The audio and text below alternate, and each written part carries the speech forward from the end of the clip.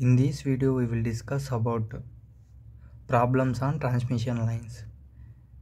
Problem number 2 explain చేసుకుందాం. A transmission line operates at frequency of 1 GHz if the propagation constant R equal to 0.5 plus J to 1 per meter. Calculate attenuation constant and phase constant.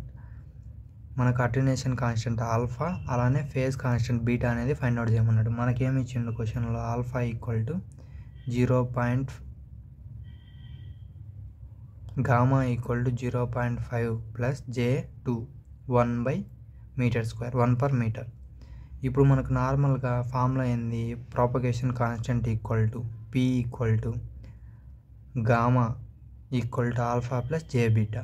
Compare చేయండి, ఇది equal to ఇది, ఆర్కి సరిపోయింది, గామాకి సరిపోయింది, alpha అంటే ఎంత 0.5, next beta అంటే ఎంత 2. Compare చేస్తే బీటా వచ్చేసి 2, జేకి సరిపోయింది, beta equal to 2, next alpha equal to 0.2.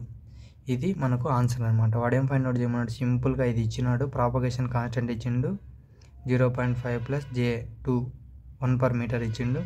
Next attenuation constant అంటే ఆల్ఫా, ఫేజ్ కాన్స్టెంట్ అంటే బీటా. ఈ ఫార్ములాతో కంపేర్ చేస్తే alpha equal to 0.5, beta equal to 2. This is all about this problem. Thank you. Please like and subscribe my channel. Thank you.